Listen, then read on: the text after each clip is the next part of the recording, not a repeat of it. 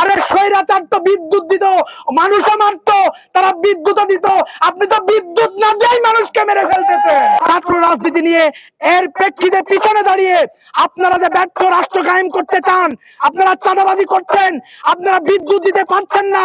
আজকেও কয়েকজন আলোচনা করেছেন, বয়োবৃদ্ধ ব্যক্তি তারা বলেছেন গত 30 বছর বিদ্যুতের এই বিভ্রাট আমরা দেখিনি, আপনারা সেটাও করেছেন।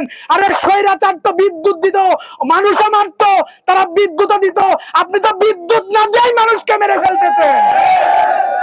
আমরা বলতে চাই, শিক্ষার্থীদের পরীক্ষা, এসএসসি পরীক্ষা চলছে, ঘরে বিদ্যুৎ নাই, ইন্টারমিডিয়েট পরীক্ষা সামনে জুন জুলাই থেকে, সেখানে পরীক্ষার জন্য তাদের যে আলো প্রয়োজন, তাদের যে ফ্যানগুলো চলা প্রয়োজন, সেখানে আপনি ব্যর্থ হচ্ছেন, সেটা নিয়ে কোনো আলোচনা হচ্ছে না। আপনি আলোচনা বাঁধিয়ে দিয়েছেন ক্যাম্পাসগুলোতে আপনার কিরিচ বাহিনী এসে আমাদের ভাইদের উপর আক্রমণ করবে। আপনারা কি মনে করেছেন এই রাজনীতি এদেশের মানুষ বোঝে না? এদেশের মানুষ বোঝে। যেদিন খুনি হাসিনাও বলেছিল রাজাকারের নাতিপুতি, হঠাৎ করে মানুষ সেদিন জাগ্রত হয়েছিল, তারা বুঝেছিল রাজাকার বলে বলে আমাদের উপর গত 15 বছর নির্যাতন করেছে। এদেশের মানুষ সেদিন রাজপথে নেমেছিল। এই যে গুপ্ত স্লোগান শুরু করেছেন, আরে ভাই, একটা গুপ্তকে প্রতিষ্ঠিত করতে যে আপনি নিজেই তো আজকে রক কাটা দলে পরিণত হয়েছেন। আজকে একটা গুপ্তকে গুপ্ত বলতে গিয়ে পুরো ছাত্র সমাজ আজকে আপনাদের বিপক্ষে অবস্থান নিয়েছে।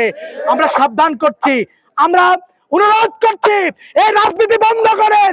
এই রাজনীতি যদি বন্ধ না করেন, এমন একটা দিন আসবে পালানোর জায়গাও খুঁজে পাবেন না। সেই দিন আপনাদের না আসুক, আপনারা সাবধান হন, আপনারা সচেতন হন, সুন্দর এবং সুশীল রাজনীতি করুন। আমরা চাই না ক্যাম্পাসে কোনো ছাত্র, আমাদের কোনো ছাত্র ভাই, আমাদের কোনো ছাত্র বোন, আমাদের কোনো শিক্ষক, কর্মকর্তা, কর্মচারী তারা কোনোভাবে আক্রান্ত হয়। যদি আক্রান্ত হয়, ইনশাল্লাহ আমরা আমাদের সাধ্যের সর্বোচ্চটুকু দিয়ে প্রতিরোধ করে তুলবো ইনশাল্লাহ।